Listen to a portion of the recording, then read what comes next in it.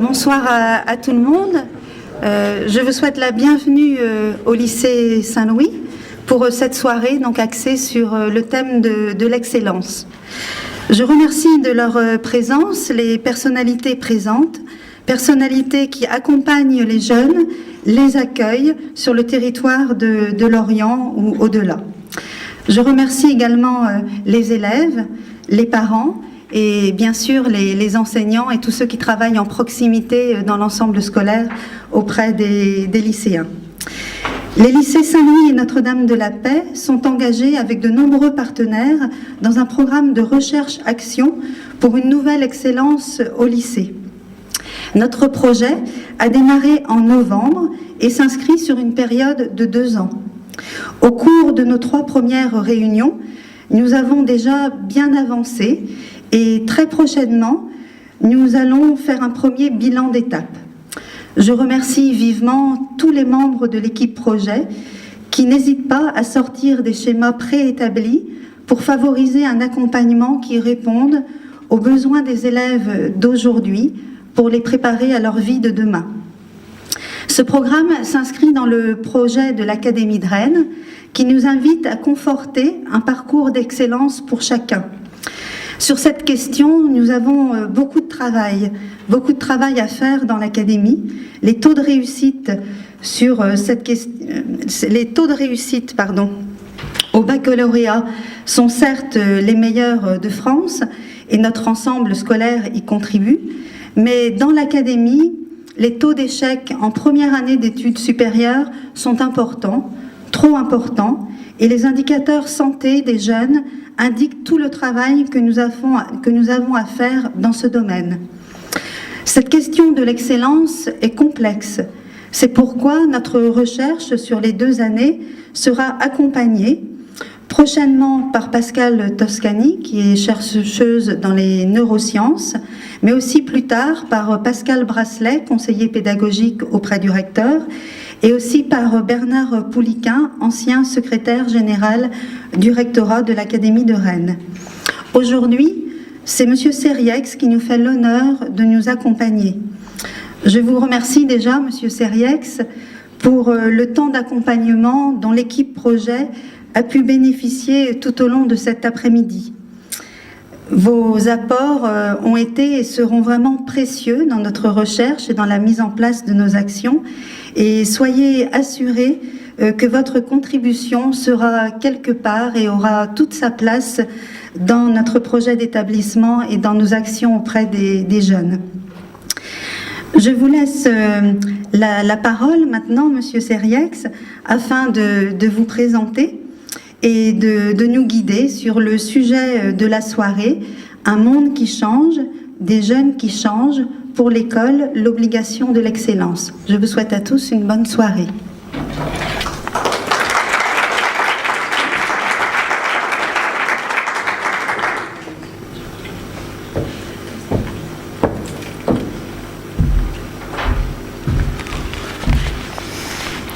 Comme vous vous en doutez, sur un sujet pareil, personne n'a la vérité, et surtout pas moi. Alors d'abord, je me présente. J'ai commencé à apprendre à lire ici, à Saint-Louis. C'était pas hier. J'habitais à Lorient et j'étais juste au coin de la rue de l'Amiral Courbet et de la rue Carnot. J'ai commencé à apprendre à lire ici et ma maison nous est tombée dessus au moment où Lorient a été complètement ratiboisé. Mais ça me donne quand même un devoir de revenir. Et d'autant plus qu'un des établissements se trouve à Pleumeur, où je suis né, sur les bords des étangs du Ter. Donc je me sens régional de l'étape. Alors, je suis qui ? Ma vie professionnelle, c'était l'entreprise. J'étais le directeur général adjoint du groupe Le Sieur, puis j'ai PDG quelques grosses PME. Et puis j'ai fait par 2 fois des infidélités à l'entreprise. La première fois, c'est en étant pendant 3 ans professeur associé à Paris 8, donc à Saint-Denis. Paris 8, c'est cette université qui est au nord de Paris. J'avais quelques élèves blancs sans excès. Sur plus de 100 étudiants, étudiantes, il y en avait 60 dont les ancêtres ne s'appelaient pas les Gaulois. Alors ça vous amène à changer toute votre pédagogie, votre façon d'essayer de faire passer quelque chose. À quoi sert un professeur qui raconte son histoire sans tenir compte du système d'accueil de ceux qu'il a en face de lui? Et c'était des systèmes d'accueil très différents. Et puis une autre infidélité, j'ai été, à ma surprise totale, nommé délégué interministériel à l'insertion des jeunes en difficulté. Et donc c'est le gars, c'était le type qui anime le réseau des missions locales et des PAIO. Et là, c'est un moment, le plus beau moment de ma vie professionnelle, dans lequel j'ai découvert les missions locales. C'était pour moi une joie considérable. C'est fou ce qu'ils m'ont appris. Je ne sais pas si je leur ai servi à quelque chose, mais en tout cas, eux, ils m'ont véritablement enrichi, transformé. C'était formidable. Et je continue d'ailleurs beaucoup à vivre avec ces missions locales, avec beaucoup de cœur. Voilà. Et puis maintenant, je suis entre autres vice-président de France Bénévolat, cette superbe association d'associations dans laquelle vous en avez 6000 associations. Vous avez aussi bien le Secours catholique, le Secours populaire, la Croix-Rouge, les Restos du Cœur, Emmaüs, etc., les apprentis d'Auteuil, et une association qui a pour vocation de promouvoir le bénévolat, d'une part, à travers la France. On a des représentants partout, on en a 2 ici. Et deuxièmement, de faire en sorte que les associations qui cherchent des bénévoles puissent les trouver, et que les bénévoles qui cherchent des causes puissent retrouver l'association. On fait une espèce d'intermédiation, pas une espèce, une intermédiation. Ouais. Et puis on intervient aussi pour essayer de fortifier les associations pour qu'en particulier elles apprennent à mieux gérer leurs ressources, et en particulier leurs ressources bénévoles. C'est vraiment le carburant il faut bien voir ce que c'est que ces milliers d'associations qui sont le tissu conjonctif du pays. Notre président, Dominique Thierry, dit aujourd'hui, si toutes les associations de France brutalement se mettaient en grève, le pays s'arrête. Et on ne s'en rend pas compte. C'est vraiment un des piliers de la société. Alors, on m'a demandé de traiter ce titre-là, et c'est avec beaucoup de cœur que je vais le traiter. Un monde qui change, des jeunes qui changent, et pour l'école, l'obligation d'une nouvelle excellence. Je vais tout de suite donner ma définition de l'excellence. Alors, elle ne vaut que pour moi. Mais c'est cette définition-là que je vais utiliser durant le propos. L'excellence éducative, c'est l'inverse de l'élitisme. L'inverse. L'élitisme, il s'agit surtout pour un système éducatif de sélectionner les meilleurs. Les amis québécois disent souvent le système éducatif français, c'est organiser un naufrage pour repérer ceux qui savent nager.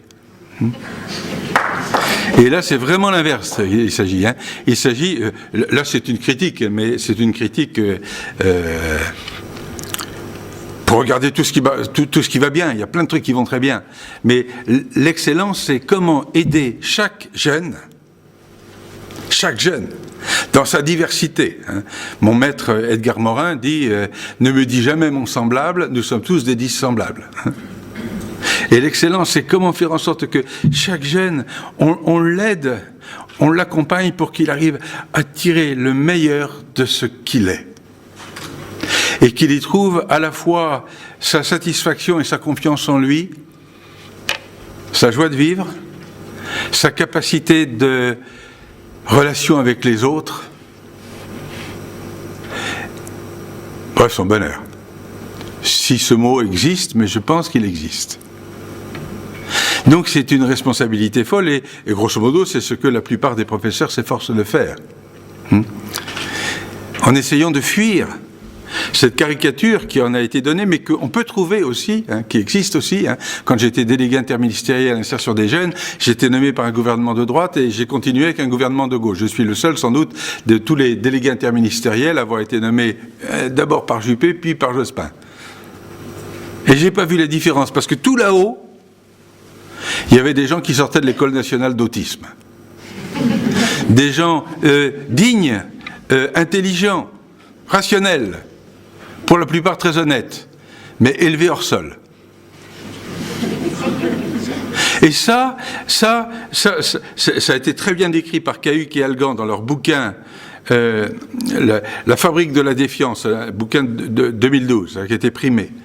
La fabrique de la défiance, et comment s'en sortir. Et il dit une mauvaise acception du système éducatif, et Dieu sait qu'on la retrouve encore aujourd'hui présente, pas partout, mais dans beaucoup d'endroits. Ce système éducatif pourrait être comparé à une espèce de tour de distillation dans une raffinerie. On fait entrer tous les jeunes, on chauffe en bas, et en haut sortent les légers, les propanes, les éthanes, les butanes, hein, donc les ENA, Polytechniques, les grandes écoles. Et puis le soutirage un peu plus rustique en dessous, ça sera l'université. Et puis les soutirages un peu plus rustiques, ça sera l'enseignement technologique. Et puis ensuite, le soutirage en dessous, ce sera les écoles professionnelles, du cuir, du livre, etc. Et puis le soutirage en dessous, ça sera l'apprentissage. Et puis en bas, en fond de tour, il reste les bitumes, les lourds. C'est 140 000 jeunes qui sortent sans rien et qui finissent par sédimenter. Maintenant, ça en fait plus d'1 million. Et ensuite, le plus grave, et c'est très bien décrit dans le livre de Cahuc et Algan, la société s'articule autour de ces diplômes. Les gens qui sont sortis tout en haut ont le droit de donner des ordres à ceux qui sont un petit peu plus bas. C'est une société, c'est l'inverse du Québec, on ne s'en rend même plus compte. Cette espèce d'élitisme du diplôme, ça fabrique parfois des petits prédateurs, des gens fermés. Alors il y en a beaucoup qui sont très bien, mais c'est pas grâce à ça. J'ai été professeur dans une de ces écoles. Heureusement qu'à côté de ça, il y a là-dedans, il y en a qui se donnent à autre chose, qui sont généreux, qui font du bénévolat et qui s'ouvrent aux autres. Mais cette espèce d'entre-soi, ça fabrique une société de défiance qui nous fait un mal de chien. Alors l'excellence, c'est l'inverse. C'est essayer d'aider chaque jeune, je le disais tout à l'heure, à tirer le meilleur parti de tout ce qu'ils ont, de tout ce qu'ils portent, dans leur différence, dans leur richesse. La nouvelle excellence. Alors pour ça, il faut quand même passer les diplômes. On est dans un monde, comme disait Michel Godet, on est une société de la diplomite aiguë, il faut le faire. Il n'y a pas le choix. Et si on ne le faisait pas, ça serait non-assistance à personne en danger. Mais il faut bien ne pas être dupe de la société que ça fabrique. Alors, ce qui est important, c'est de révéler, d'aider des jeunes. C'est Albert Jacquard, avec son superbe mot. Éduquer vient de 2 verbes latins. Éducare, nourrir, transmettre. Et en tant que parent et en tant que professeur, on nourrit, on transmet les savoirs. On n'est pas propriétaire des mathématiques, on n'est pas propriétaire de l'anglais, on n'est pas propriétaire de l'alchimie. On transmet tout ça. Il faut le transmettre. Éducare, nourrir, transmettre. Mais, dit-il, Albert Jacquard, il y a une deuxième racine, c'est exducere, conduire l'autre en dehors de nos chemins. Nous, en tant que parents, libérer nos enfants de nous-mêmes. Professeurs, libérer nos élèves de nous-mêmes, qu'ils arrivent à intégrer tout ça pour retrouver leur autonomie. Alors c'est plus facile à dire qu'à faire. Moi, j'ai pas été un bon prof. Je crois que j'étais un bon apporteur de contenu, j'ai été un bon éducaré, j'ai pas été un bon exducéré. C'est infiniment plus difficile. Alors, donc c'est ma définition de l'excellence. Il y en a d'autres, c'est sûr. Et je ne suis pas du tout en train de dire toutes les grandes écoles, c'est pas bien. Surtout qu'on soit bien compris. C'est vraiment pas ce que j'ai dit. En rien. Simplement, une société qui serait simplement organisée comme ça est une société qui fabrique de la défiance entre les personnes. Je vous donnerai le classement des pays par défiance croissante entre administrés et administrateurs, entre dirigeants et dirigés. La France se trouve horriblement mal placée. Il faut ne pas sortir de France pour ne pas se rendre compte de cela. Lorsque je vais chez mes amis québécois, je viens d'y faire mon 100e voyage, parce que j'y ai travaillé beaucoup. Les amis québécois me disent souvent, mais vous, les Français, quand vous êtes à l'étranger, c'est fou, ce que vous êtes arrogant, distant. Je dis, mais on réserve pas ça à l'exportation. On dit comme ça, chez nous, c'est une nouvelle... Et on ne s'en rend plus compte.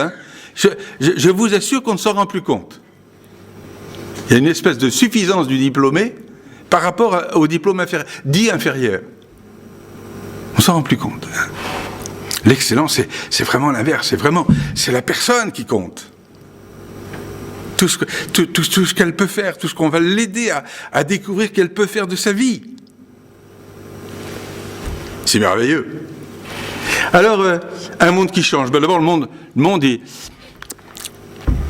Une phrase me nourrit beaucoup. C'est une phrase du philosophe Pierre Caillé. Il dit qu'aujourd'hui, dans beaucoup de pays, il n'y a pas qu'en France, loin de là, hein, dans beaucoup de pays, on continue à essayer de chercher des dépanneurs pour la planète alpha, alors qu'on est déjà sur la planète bêta. On est dans un autre monde, on n'est plus en 1980.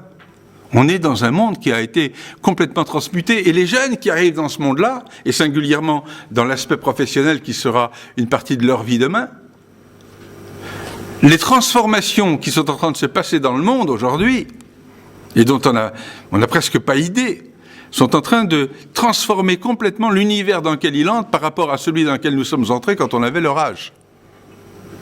Et je vais essayer de le rappeler rapidement. Donc, un monde qui change, des jeunes qui changent. Les jeunes, c'est pas nous en moins vieux. Ils sont très différents de ce qu'on a pu être. Ils ont des points communs. Hein. Ma femme, qui est une helléniste distinguée, me raconte que déjà Platon, dans le banquet, disait « Les jeunes ne respectent pas les anciens ». Donc, il y a des invariants. Mais il y a tout un tas de trucs nouveaux. Et donc, quand il y a un monde qui change et des jeunes qui changent, eh bien, l'école, à partir du moment où elle essaie de favoriser l'excellence de chacun, hein, elle est obligée d'en tenir compte. On ne peut pas faire de l'éducation aujourd'hui, avoir un système d'enseignement aujourd'hui comme il était il y a 20 ans. Parce qu'on est dans un autre monde, un autre environnement pour ces jeunes et d'autres jeunes.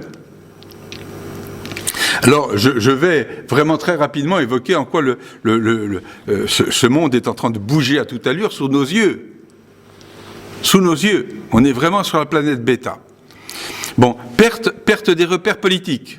Hein, perte des repères politiques. N'oublions pas que pendant longtemps, et nous l'avons pensé les uns les autres, nous étions très, très convaincus que le cœur du monde, le cœur battant du monde, c'était l'Atlantique.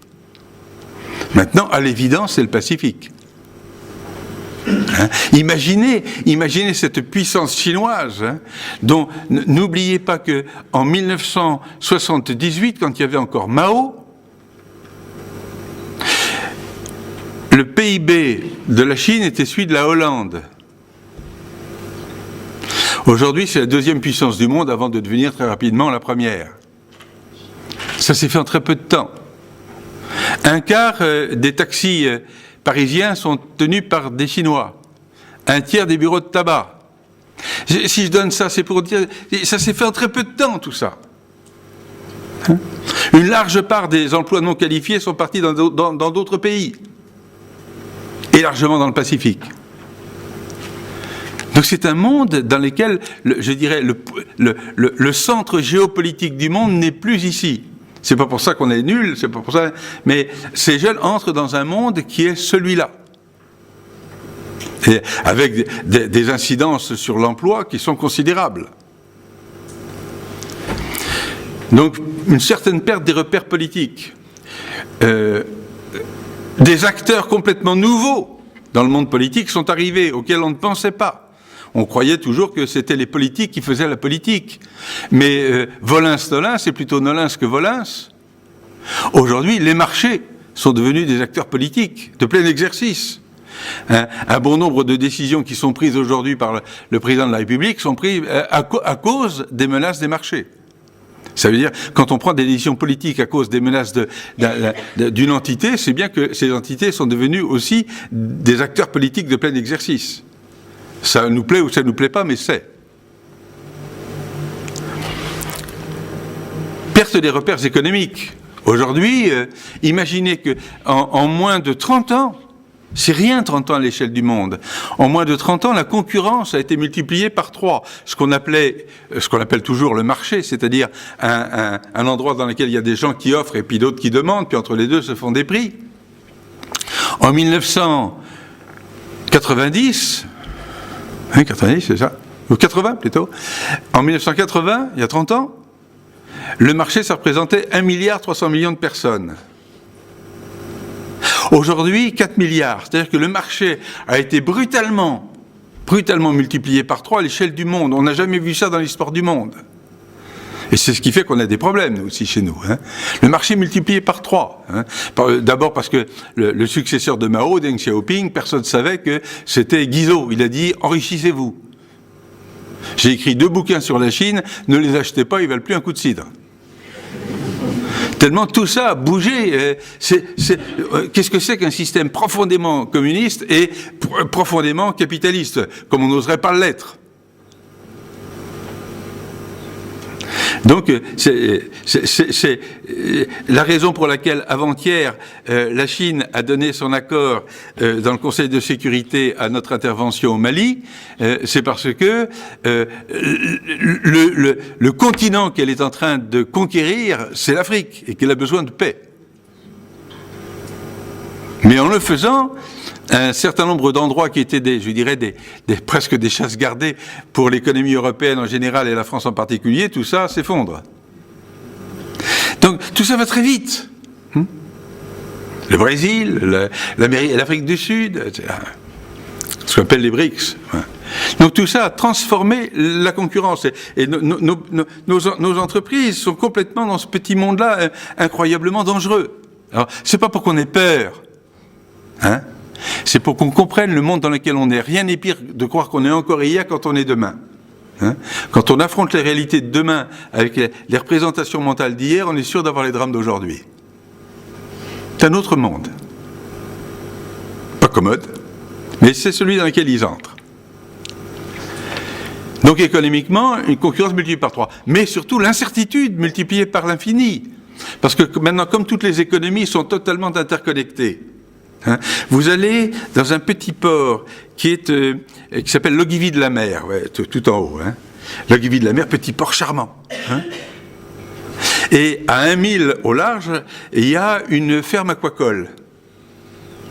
Il y a écrit en gros « Vrai crabe de Bretagne ». Ces crabes sont nés dans la baie des Lévriers, en Mauritanie. Ils ont été engraissés à Cadix, en Espagne. Ils viennent pendant 10 jours prendre l'accent breton. Vrai crabe de Bretagne. Il faut avoir ça en tête, ça veut dire que toutes les économies maintenant sont complètement interconnectées. Si on veut véritablement acheter une voiture française faite en France, il faut acheter la Yaris de Toyota. Parce que toutes les autres, à commencer par les Renault et les Peugeot, 75% étaient faits ailleurs. Donc toutes les économies sont complètement interconnectées les unes avec les autres, ce qui fait qu'on est tous susceptibles d'être victimes à tout moment d'un effet papillon. Je rappelle ce que c'était que l'effet papillon, c'est le climatologue Ed Lorenz qui disait en climatologie, il y a tellement de variables et de paramètres qui sont complètement interconnectés qu'il peut suffire qu'un papillon bouge son aile dans la forêt amazonienne pour que par un effet de cause, télescopant des effets, retélescopant des causes, retélescopant des effets, on ne sait pas comment, il puisse y avoir 3 mois après une tornade au Texas ou pas. On l'a vu avec la crise des subprimes, on n'y était pour rien. Il y avait des banquiers malhonnêtes au Nebraska ou en Floride qui avaient fait des prêts hypothécaires à des gens dont on savait qu'ils ne pourraient jamais rembourser leur habitation, mais comme l'immobilier ne cessait de monter, la capacité hypothécaire faisait que de toute façon on n'avait pas peur de perdre de l'argent. Et le risque qu'on courait, que les banques couraient, ils l'avaient coupé en petits titres et qu'ils avaient glissé en douce dans des portefeuilles de titres dans le monde entier. Et le jour où l'immobilier américain s'est effondré, ça a transmis à la totalité de l'économie mondiale la crise que nous savons, mais dont on n'est pas toujours sorti. Donc l'incertitude, elle est à tout moment. Que va-t-il sortir de la guerre dans laquelle nous sommes plongés depuis 5 jours? Personne n'en sait rien. Il ne faut pas en avoir peur, mais ce sera forcément des effets papillons. Puisque nous ne sommes pas appuyés sur un gouvernement. Là-bas, il n'y a pas de gouvernement, je connais Bamako, c'est un gouvernement en carton-pâte qui n'existe pas. On a bien fait d'y aller, je trouve qu'on a bien fait d'y aller. Mais on ne sait pas ce que ça va donner, personne ne sait. Et ce sera forcément un effet sur l'économie mondiale. Et sur nos entreprises, sur le bureau de tabac du coin. C'est ça les effets papillons. Donc, ces jeunes entrent dans un monde économiquement incertain. Le tout accru, et vous le savez comme moi, par ce qu'on a appelé la financiarisation du capitalisme. C'est quoi? C'est l'irruption dans le capital des grandes entreprises de capitaux nomades. Des fonds de pension, des fonds de private equity, des fonds de capital, des fonds de private equity, qui sont des fonds qui viennent se mettre dans le capital d'entreprises, singulièrement les grandes, non du tout pour que cette entreprise dure, mais pour que le retour sur le capital employé sur l'année soit le plus grand possible. Et donc, plus de 50% du capital des entreprises du CAC 40 est possédé par des fonds de ce genre. Donc ces grandes entreprises obligées de faire du court terme, c'est-à-dire des résultats énormes sur l'année, se tournant vers toute leur chaîne de sous-traitance, c'est-à-dire toutes les PME, PMI de notre pays, disent, puisque je suis obligé de faire ça, ces résultats énormes chaque année, tu me feras tout pour moins cher. Et ça transmet une espèce de cancer du court-termisme à toute l'économie française. Il ne faut pas dire il y a des méchants, il y a des pas gentils, c'est comme ça. Et simplement, ça crée beaucoup d'incertitudes. Nos jeunes entrent dans ce monde-là. Qu'ils n'en aient pas peur, mais qu'ils la regardent, cette réalité, comme étant une réalité nouvelle qui n'est pas de celle d'il y a 10 ans. C'est un autre monde. Mais il est passionnant, parce que c'est eux qui vont le faire. Hein. Donc, perte des repères politiques, perte des repères économiques, considérable. Perte des repères technologiques. Les technologies de l'information et de la communication changent la donne. Ça change la donne puisque ça rebat les relations spatiales, hein, puisque une boîte, comment elle s'appelle là, à fond la forme là, Décathlon, il y en a qui suivent, c'est bien. Décathlon, à fond la forme, a mis tous ses services informatiques à Bangalore, en Inde, parce que c'est mieux fait, c'est plus vite, mais c'est comme si c'était à l'étage d'en dessous. C'est ça que permettent l'éthique, hein, les technologies de l'information et de la communication. Ça remet en cause le temps. Hein. Nous pouvons travailler les uns et les autres en temps décalé. Quand j'étais délégué interministériel, je parlais avec mes homologues japonais ou mes homologues américains, on s'envoyait des mails, mais pendant que l'un parlait à l'autre, l'autre dormait. Donc on peut parler en temps décalé. Ça change l'espace, ça change le temps. Ça change le réel. De plus en plus, on peut faire des simulations. De plus en plus, on peut court-circuiter toute la distribution. Il y a 500 millions de personnes qui échangent des produits en peer-to-peer, de personne à personne. Ce qui fait qu'on ne voit pas passer la TVA. Et que les métiers d'intermédiation, comme les libraires ou les disquaires, il n'y a qu'à voir Virgin, hein, connaissent des drames. Donc le réel change. À cause de ça. Le pouvoir change. Pour ceux qui connaissent bien l'entreprise, c'était peut-être pareil d'ailleurs dans un système éducatif, mais dans l'entreprise, qu'est-ce qui fondait la légitimité du cadre ? C'est que le cadre, il redescendait du bureau du directeur pour apporter une information dans l'atelier. Maintenant, le temps qu'il descende, il y a longtemps qu'on a déjà toute l'information. Et donc, le rôle du cadre n'est plus d'apporter l'information, mais de lui donner du sens. C'est plus du tout la même chose. Et puis, il y a surtout ce nouveau pouvoir dont on ne sait pas encore quelle va être sa vertu et quel va être son poids. Mais qui est ce pouvoir transversal du web 2.0, du web collaboratif, des réseaux sociaux. Hein. Ça a quand même réussi à avoir la peau de Ben Ali, ça a eu celle de Moubarak, et ça a eu aussi celle de Charest, le Premier ministre, avec le printemps érable à Québec. Hein. C'est-à-dire cette capacité de jeunes et de personnes en général de se donner, de se parler. Ils se connaissent pas, mais très vite, ils se disent rendez-vous Place Tahrir. Et on ne sait pas trop comment se battre avec ça, parce que toutes nos organisations, elles sont habituées à un pouvoir hiérarchique, vertical. Il est important le pouvoir hiérarchique vertical, il construit, mais le pouvoir transversal du web 2.0, du web collaboratif, des réseaux sociaux, une capacité de contestation dégage, hein, qui est considérable. Comment va-t-on marier ces deux pouvoirs ? C'est très nouveau. Donc, vraiment des chocs technologiques assez considérables. Chocs technologiques qui font aussi une perte de repères sur les métiers. J'encourage tous ceux qui le peuvent de lire le rapport qui a été fait par l'UNESCO qui s'appelle « Vers les sociétés du savoir ». Et ce rapport qui a été fait en 2005, mais qui a été réédité et mis à jour en 2010 par l'UNESCO, rappelle que vraisemblablement, à cause à la fois de la concurrence et donc de l'obsolescence de certains métiers, mais de l'apparition d'autres métiers, et du fait que tous les métiers qui restent vont être percutés, transmutés par les technologies de l'information et de la communication, même le métier de coiffeur. Et ils disent, vraisemblablement à cause de cela, 50 à 60% des connaissances qui sont aujourd'hui nécessaires pour tenir un métier, dans 10 ans seront obsolètes. Ça veut bien dire que dans l'excellence, le tout n'est pas de former des gens ou de formater des gens, mais de leur donner les outils pour qu'ils continuent à apprendre leur vie entière. Parce qu'une fois qu'ils auront tenu un métier, il est déjà écrit que ce métier va totalement changer.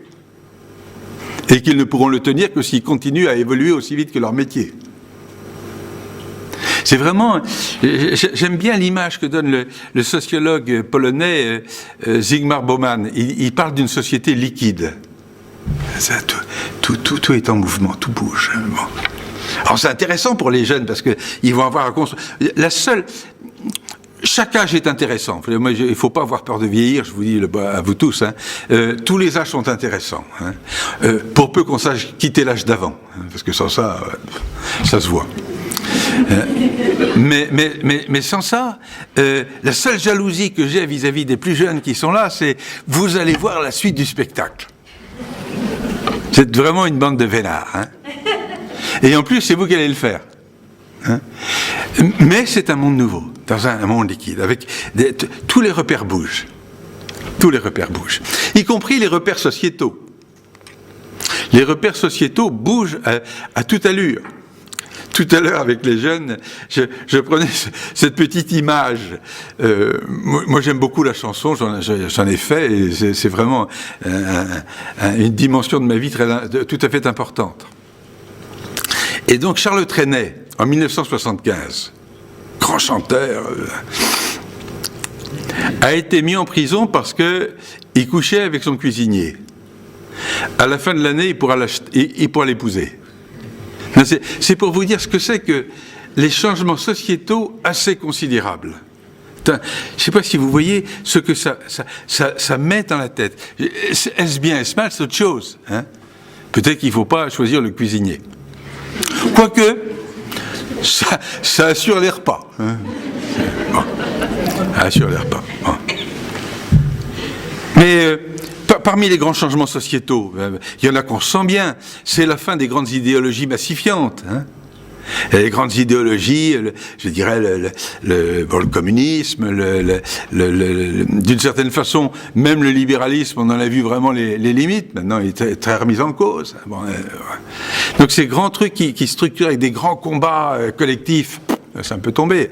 C'est remplacé par un truc un peu médiocre, je dirais la consommation, l'irruption de l'homo cadiens, hein, qui remplit son caddie, vide son caddie, remplit son caddie.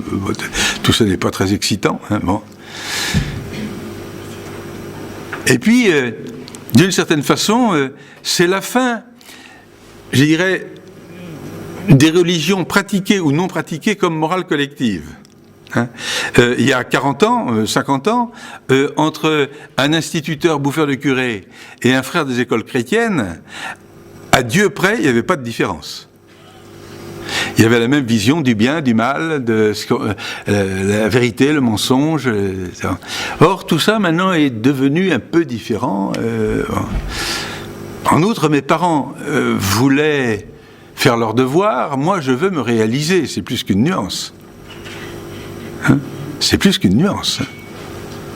Donc un monde qui a beaucoup bougé, qui a beaucoup changé, y compris dans ses repères.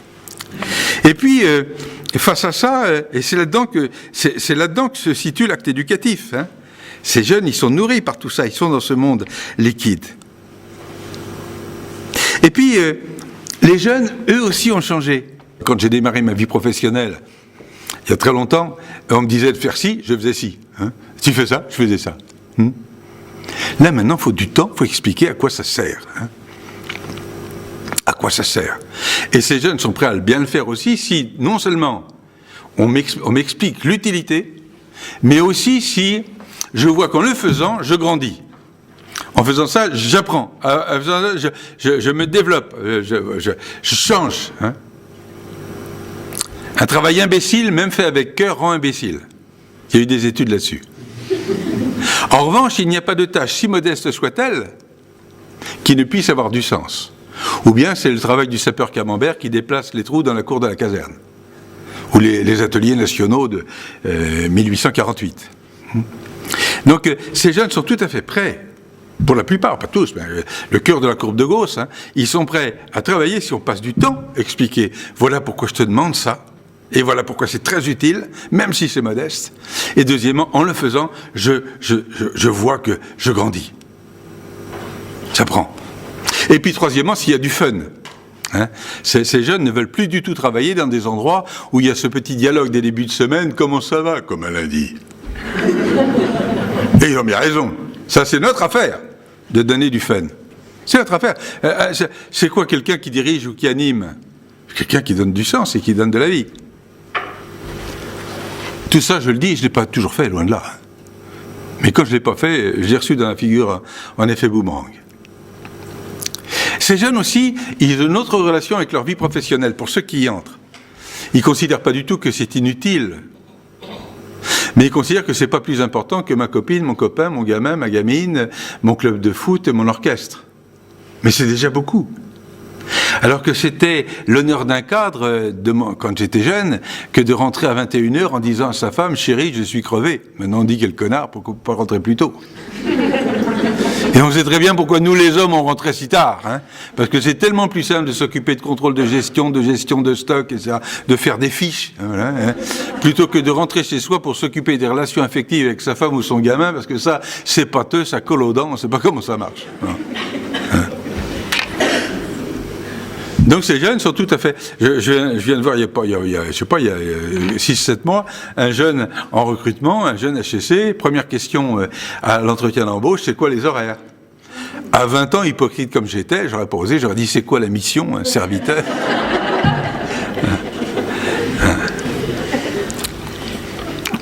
Et si le boulot est intéressant, et s'il y a du sens, et s'il en voit l'utilité, et s'il y a du fun, il va bosser comme un chien. Hein? Une autre différence, c'est une autre relation à l'autorité. On n'est pas du tout en 68, il est interdit d'interdire. Si j'avais une seule critique à faire à ces jeunes, je ne les trouve pas assez rebelles. Je trouve pas assez rebelle, parce que le vieux que je suis, c'est qu'il faut quand même commencer à l'Everest si on ne veut pas terminer en butte de Chaumont, hein, parce que ça vient vite, la peine est pleine. Hein. Mais aussi, c'est plus agréable de ne pas avoir des rebelles, parce qu'il ne faut pas, comme ça, on n'est pas obligé en permanence de faire la révolution. Mais ces jeunes considèrent que, et c'était très bien décrit par Maffezoli, le sociologue qui a la chaire de Durkheim à la Sorbonne, un grand bonhomme. Et il dit, pour les jeunes d'aujourd'hui, l'autorité est dévolue par celui qui accepte de s'y soumettre parce qu'il y trouve son compte. Voilà. J'arrive dans votre entreprise, on me dit, c'est vous mon patron, et vous aurez de l'autorité sur moi si, je constate que vous êtes compétent. 2, que vous me reconnaissez.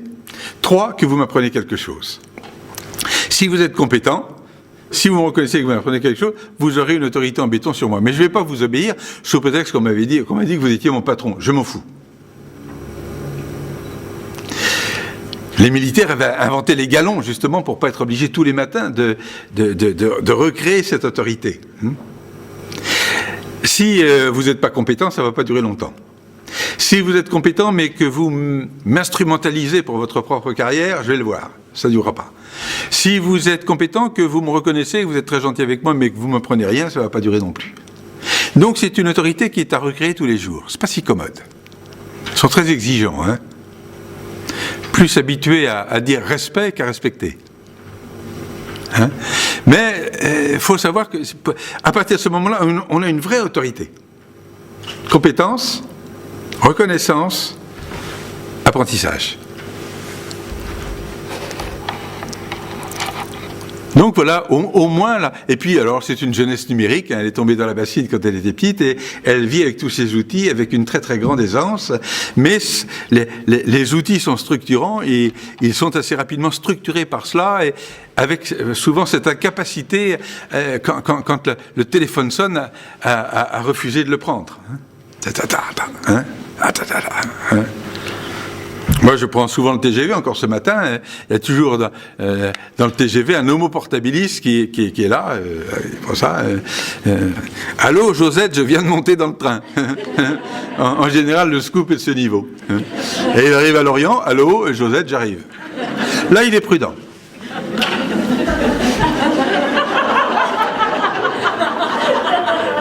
Là, c'est le vieux cheval qui parle. Mais avec donc un peu le risque d'être, les Anglais disent scatterbrained, hein, d'être un peu éclaté entre trop de sollicitations qui sont quand même un peu dérisoires. Hein. Mais les outils sont riches. Comment dominer l'outil et ne pas être dominé par l'outil, hein, Donc ces jeunes qui sont assez... Mais je compléterai le portrait des jeunes par ce qui me semble infiniment plus intelligent que ce que je viens de vous dire, c'est lisez tous le petit bouquin de Michel Serres, hein, qui s'appelle Petite Poussette. C'est un petit bouquin de 90 pages, génial. Et il l'appelle Petite Poussette à cause de la dextérité des jeunes à s'envoyer des SMS, à faire glisser des écrans, hein, comme ça, ce geste comme ça qui est devenu tellement important, hein, à grandir des écrans. Hein.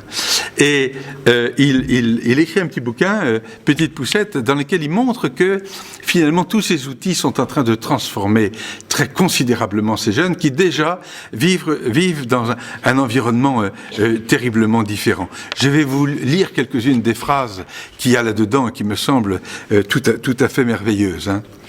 Petite Poussette, cette jeunesse que j'appelle Petite Poussette, eu égard à la dextérité de ses pouces pour écrire des SMS ou faire glisser des écrans sur ses iPhones, pour moi, Petite Poussette n'a plus le même corps, n'a plus la même espérance de vie, n'habite plus le même espace, ne communique plus de la même façon, ne perçoit plus le même monde extérieur, ne vit plus dans la même nature, né sous péridurale et de naissance programmée, ne redoute plus la même mort sous soins palliatifs, n'ayant plus la même tête que ses parents, il ou elle connaît autrement, apprend les savoirs différemment, vit différemment avec les savoirs.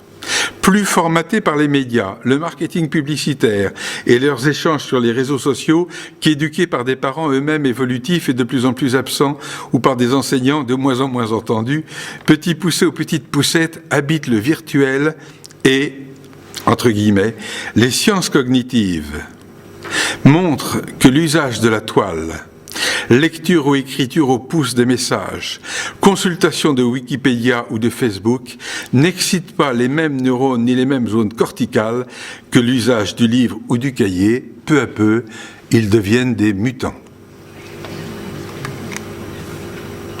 C'est important. Hein, je ne me serais pas permis, moi, de dire des trucs comme ça. Quand c'est dit par l'homme du tiers instruit, hein, nous sommes tous à l'intersection de 100 000 appartenances, hein, ça c'est intéressant. Ça, c'est intéressant. Donc, on a là, je ne vais pas résumer Petite Poussette parce que c'est si riche. Hein. C'est d'une écriture tellement aboutie et réfléchie hein, que je crois que il dit bien, ils sont ni meilleurs ni pires, mais vraiment différents. Différents. Et rien ne serait pire que d'essayer de les formater comme nous avons été. Les jeunes, c'est pas nous en moins vieux. Ce matin, ou plutôt cet après-midi, on a eu un échantillon de l'extrême qualité de beaucoup de ces jeunes. C'était remarquable. Un sérieux, une réflexion, une capacité de proposition. Hein. Soyons toujours capables de présupposer que chez chacun, et j'ai eu à le faire avec les jeunes des quartiers, il y a une capacité, il y a parfois des compétences expérientielles d'une richesse folle. Ceux qui ont réussi à triompher de leur galère, c'est un diplôme de plus. C'est fou ce qu'ils ont appris. Faisons le pari de la capacité de progrès de ces jeunes. Et n'essayons pas de les juger à notre aune. Ils sont différents. Alors on a quand même des tas de trucs à leur transmettre, ne serait-ce que de temps en temps un bon coup de pied aux fesses pour qu'ils se lèvent à l'heure. Puis de temps en temps qu'ils lisent des livres, parce que c'est quand même dans les livres qu'il y a des mots, et c'est avec des mots qu'on pense. Et moins on a de mots, moins on pense. Donc moins on lit de livres, moins on pense. C'est une évidence. Donc là, on a vraiment tout un tas de trucs à leur apporter. Donc des gènes qui sont plus les mêmes.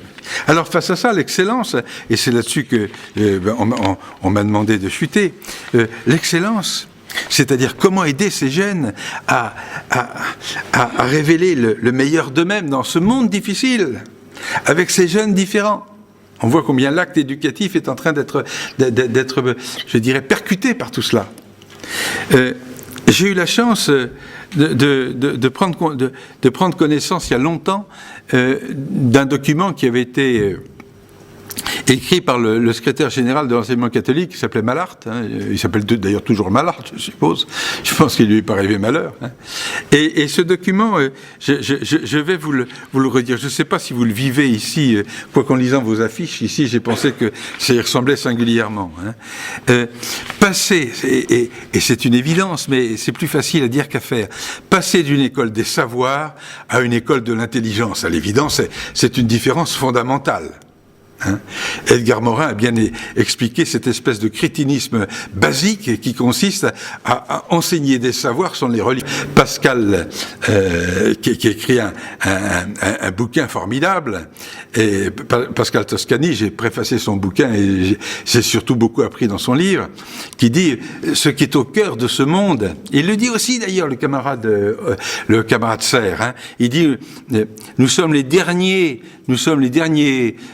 vestiges de la civilisation Gutenberg, c'est-à-dire les savoirs étaient dans les livres et c'était seuls ceux qui les lisaient et qui avaient accès, qui pouvaient avoir accès au savoir. Maintenant, nous sommes dans la civilisation Internet et tous les savoirs, ils sont là. Tout le monde a accès à tous les savoirs. Le tout, c'est de savoir comment accéder aux savoirs, comment les relier entre eux et comment s'en servir dans sa vie. Donc la mémoire des liens. Ce qui est important, c'est les liens. Et moi, j'ai été très très frappé par ceci, passer d'une école des savoirs à une école de l'intelligence, et donc ouvrir les esprits à la complexité. Je rappelle que nous avons, nous, une grande difficulté à entrer dans la pensée complexe, parce que nous sommes des cartésiens. Et que la pensée complexe, c'est pas celle de Descartes, c'est celle de Pascal. Et d'Edgar Morin. C'est-à-dire les interférences entre les événements, entre les personnes, les rétroactions entre les savoirs. Le français, la géographie, l'histoire, c'est la même chose. L'histoire, les mathématiques, la physique et la chimie, c'est la même chose. Et donc, alors, on est obligé de les apprendre par discipline, parce que sans ça, sauf votre espèce, c'est le bordel. Mais ce qui est essentiel, c'est que nous, les professeurs, en permanence, on fasse ces relations entre ça, entre tous ces savoirs et avec la vie. Pour que ça soit incorporé.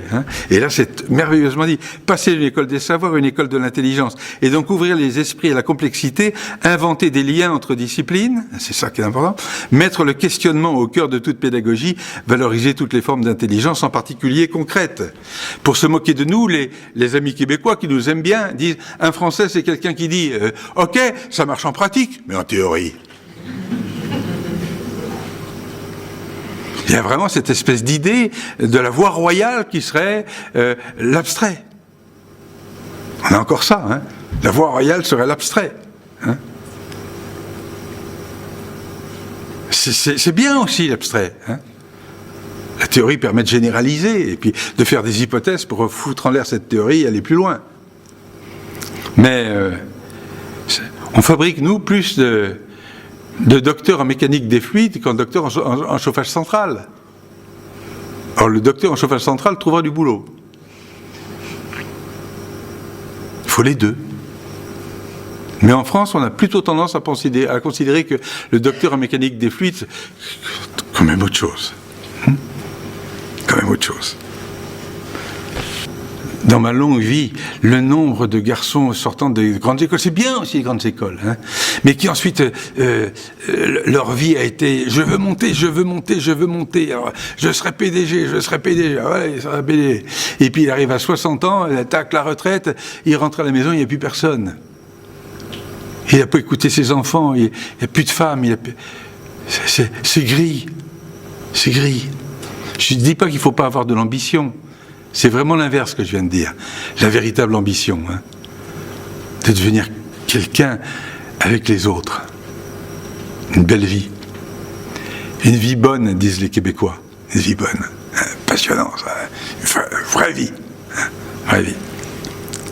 Alors, face à ça, les Québécois, justement, ils disent le système éducatif, il doit apporter ce qu'ils appellent le viatique.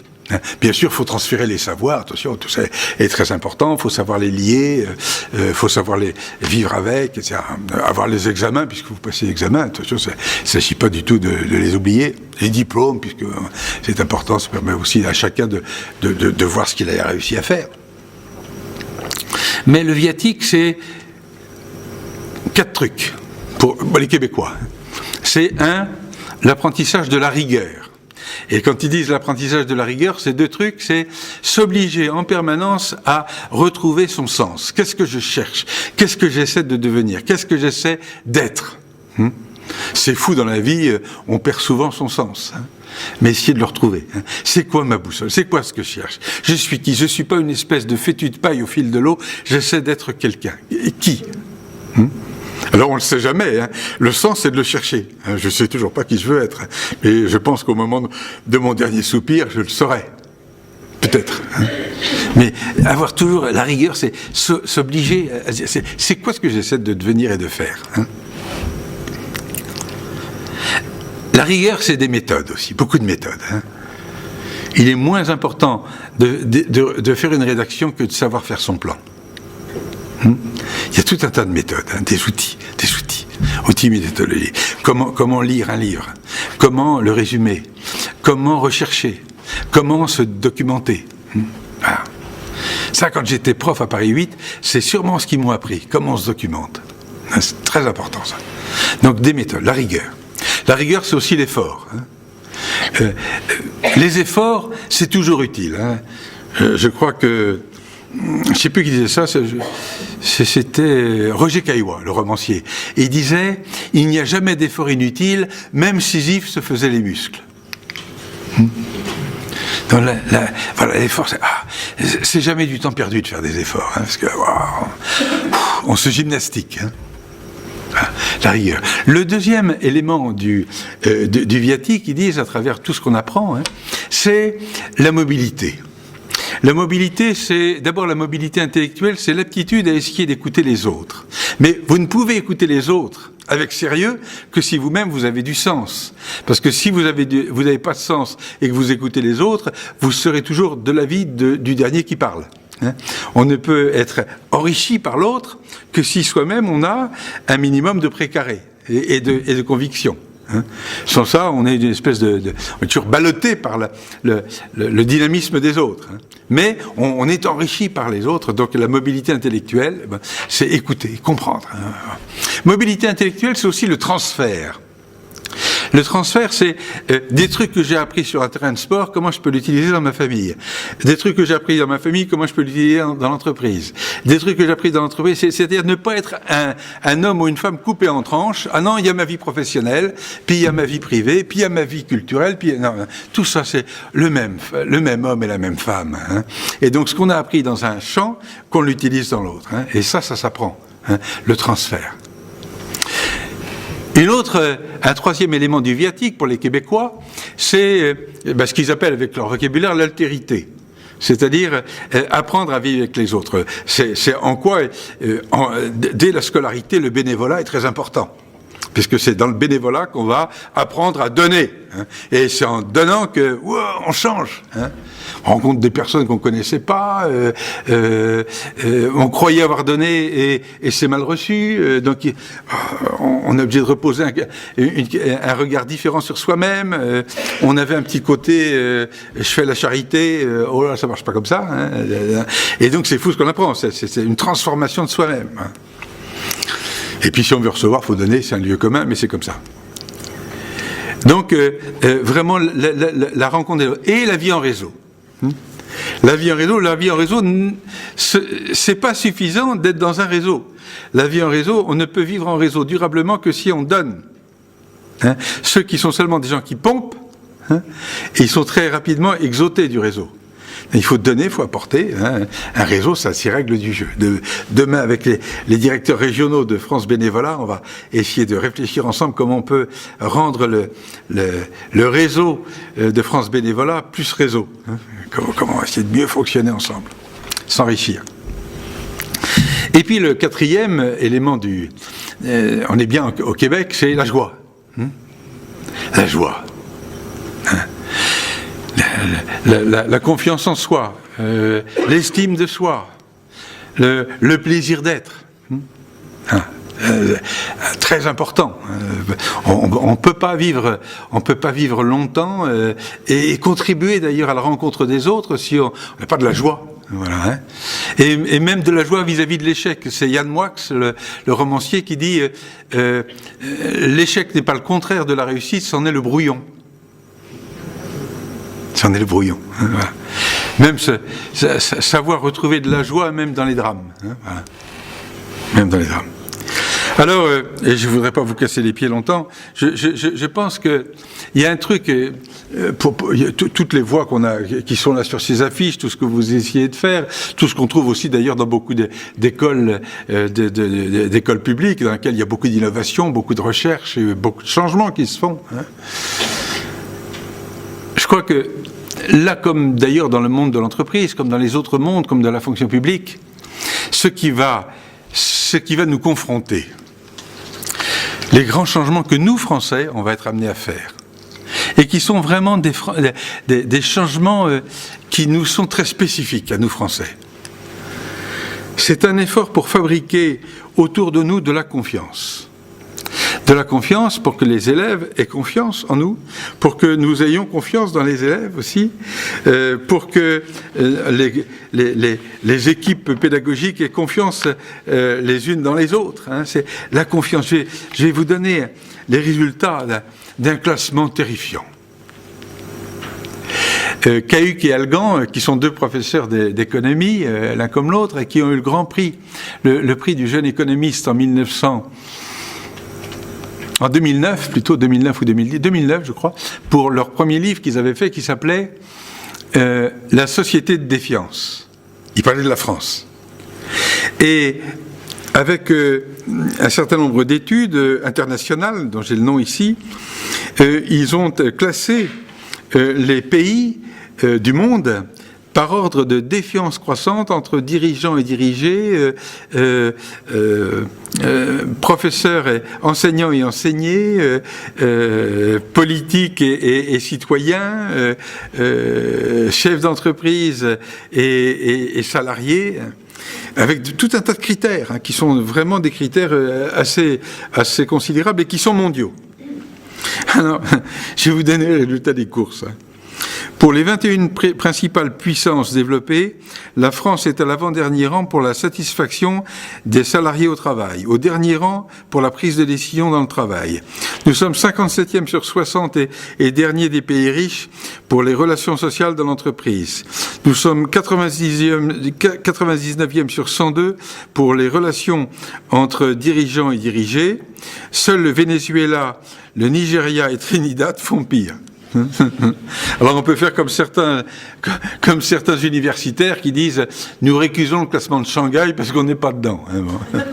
Alors évidemment on peut faire des critères dans lesquels on est dedans, voilà. C'est d'ailleurs ce qu'on est en train de faire.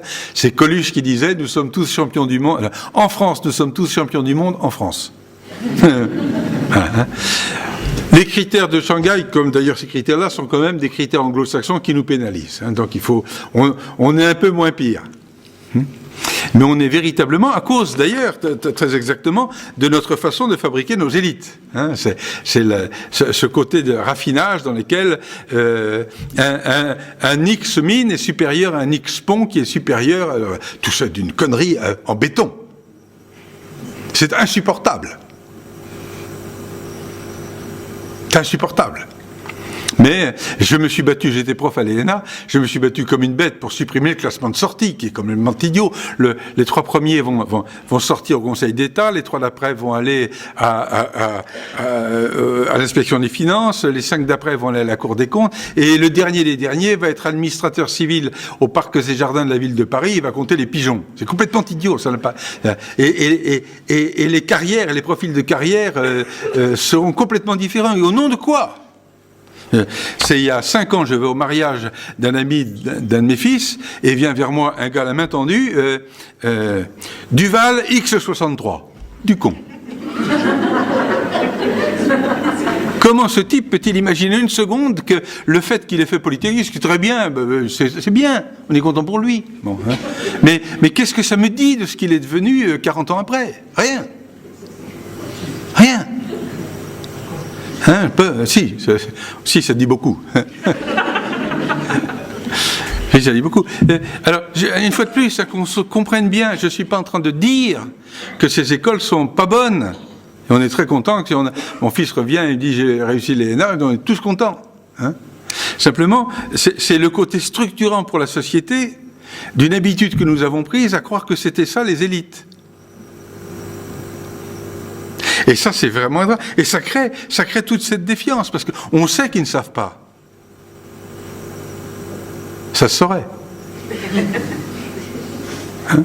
D'où on a essayé de se battre avec nos amis québécois pour essayer de faire une petite grille dont on peut se servir et dont on sert dans des écoles, dont on se sert dans des hôpitaux, dont on se sert dans toute organisation à finalité et singulièrement à haute finalité, qui sont les 10 clés du développement de la confiance à l'intérieur d'une organisation tous les matins.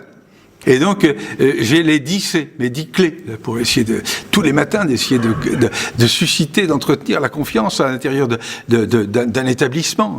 Le premier, c'est le cap. Hein, bien rappeler le cap. Qu'est-ce qu'on essaie de faire ensemble ? C'est quoi ? Tout ça, tout ce qui est là. Qu'est-ce qu'on essaie de faire ensemble ? Le cap.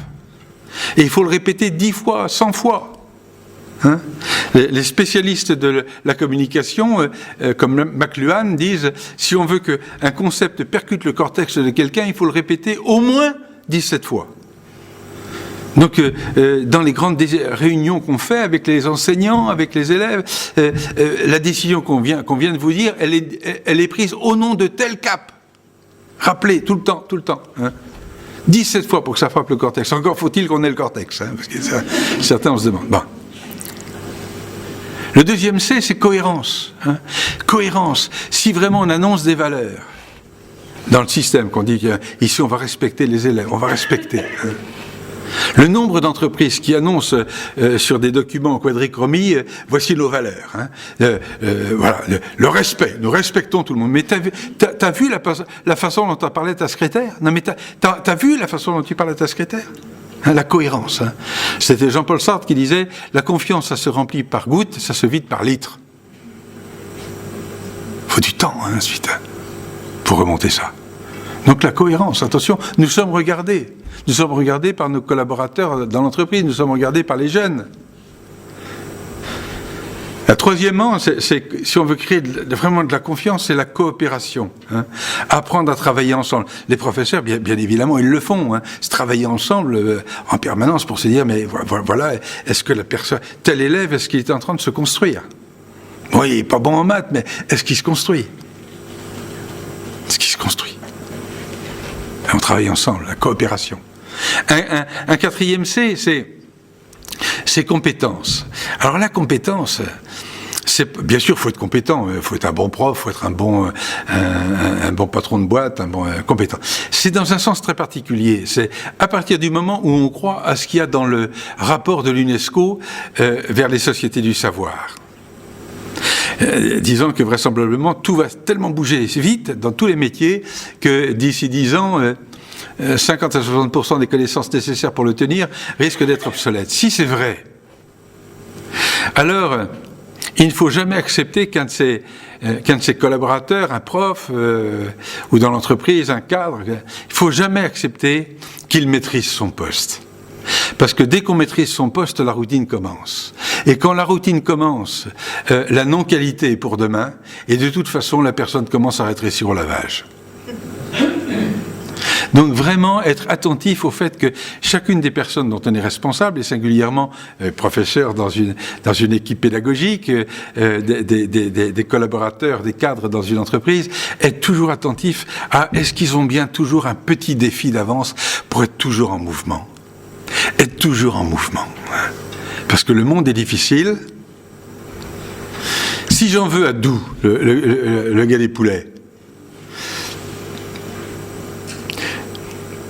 c'est d'avoir vu dans son usine de Pleucadeuc des femmes, on les a vues à la télé, qui étaient presque au bord des larmes, elles étaient vidées. Et on leur disait, vous allez suivre des formations. Et elles disaient, mais je peux pas. J'ai 50 ans et ça fait 30 ans que je fais la même chose.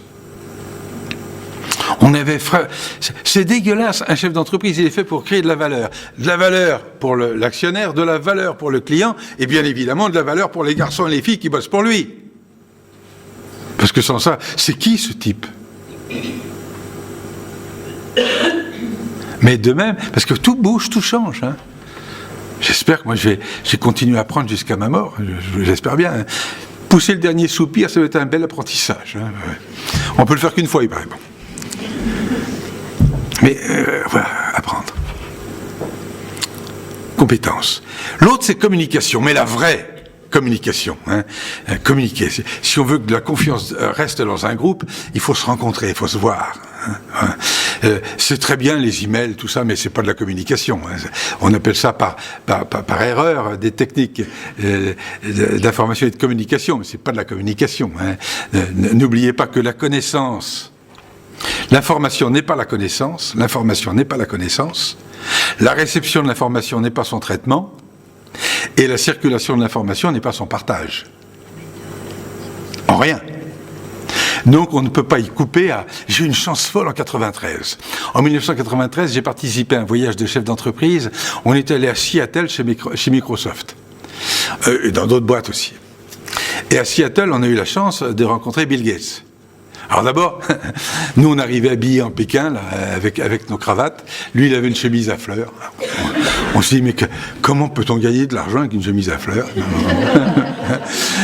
Et puis on lui dit, est-ce que tu pourrais nous dire un truc comment tu fais pour que ça marche si bien, tout ça ? Il dit, je vais vous en donner un. Une fois par semaine, je dis à mon collaborateur ou ma collaboratrice de barrer une demi-journée sur mon emploi du temps, une fois par semaine. Et on lui a dit, mais qu'est-ce que tu fais là ? Rien. Je vais dans les bureaux, je vais dans les ateliers, je vais dans les filiales, je circule et je dis hello Jane, hello Suzanne, hello Patrick, hello. Et il y a toujours un type qui finit par dire ah Bill, il y en a marre, ça suffit. Enfin un qui parle. Et il dit moi c'est comme ça que je dirige ma boîte, avec la rencontre. La rencontre. Alors on l'a dit, mais très très choqué, mais vous nous aviez appris time is money, d'accord, ben oui, ça marche pas mal quand même. Hein. La rencontre. Il n'y a rien qui remplace la rencontre. Un autre C qui semble tout à fait important, c'est la convivialité. Hein. Pourquoi ? Parce que dans toutes nos organisations, comme dans les lycées, il va falloir, comme partout, ou dans les hôpitaux, il va falloir en permanence faire tout pour moins cher. La ressource financière va devenir rare. Donc il va falloir qu'on fasse en permanence des efforts pour accroître la rigueur de gestion. Or, la rigueur de gestion, c'est tout sauf marrant. Donc plus on accroît la rigueur de gestion, plus il faut accroître la chaleur de ce qu'on appelle le management, c'est-à-dire la conduite des personnes. Convivialité, c'est une variable hard, c'est une variable dure. De la gestion maintenant des grandes organisations humaines. On ne peut plus être un pet sec. Il n'y a plus de place pour des gens qui dirigent avec des coups de menton. On a besoin de gens qui apportent de l'empathie. Un très beau bouquin qui vient de paraître là-dessus, justement. L'empathie. De temps en temps, on a l'impression qu'on est un peu en manque. Et puis un autre E, c'est créativité. Créativité.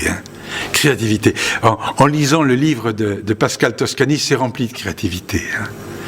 Et elle a fait une belle étude sur l'évolution des sciences neuronales, et dans laquelle j'évoquais tout à l'heure la mémoire des liens, mais il y a aussi la plasticité cérébrale, il y a les mémoires multiples, il y a tout ce qu'on peut apporter les uns. Tout à l'heure, les jeunes ont été incroyablement créatifs, en moins d'1 heure.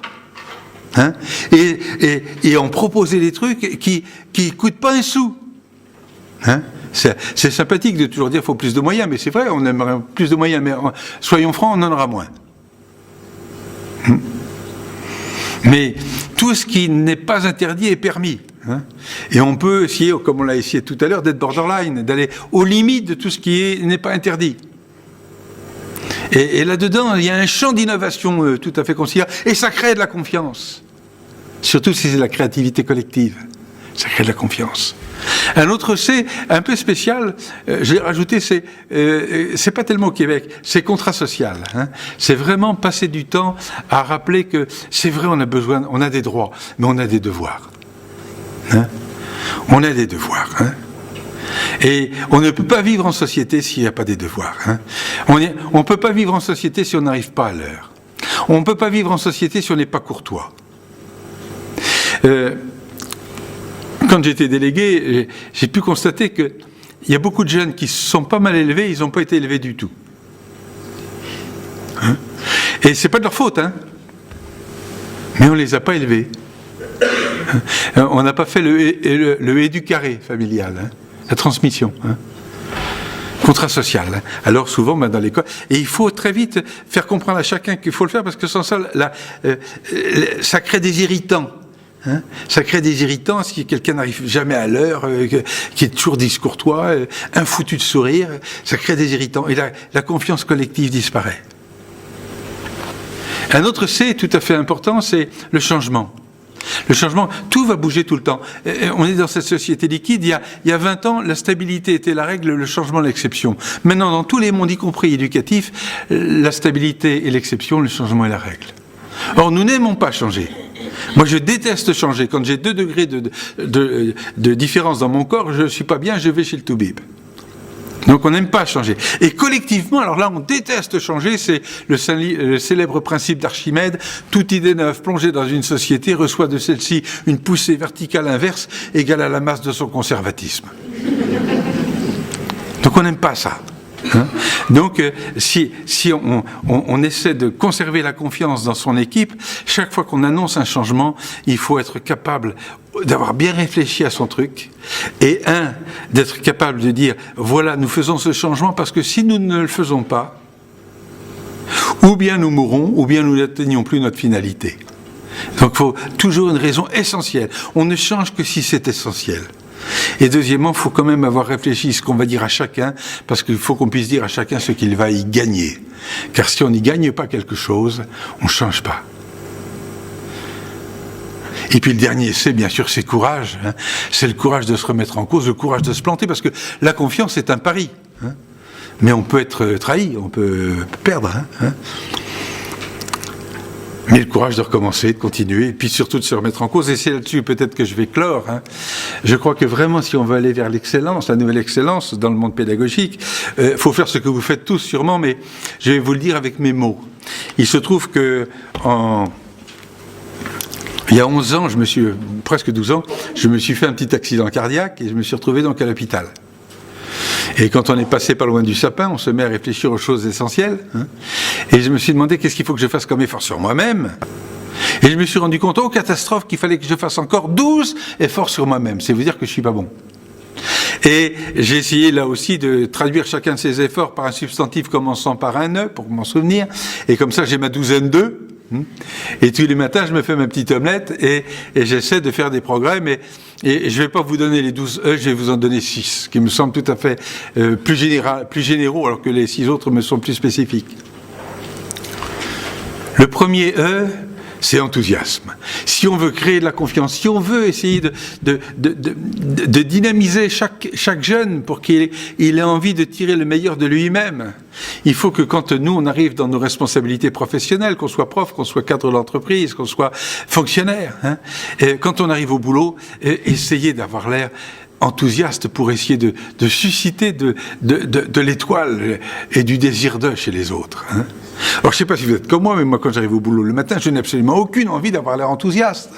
J'ai des soucis familiaux, qui n'en a pas, j'ai des soucis professionnels, et donc quand j'arrive au boulot, j'ai plutôt tendance à tirer une gueule d'enfer.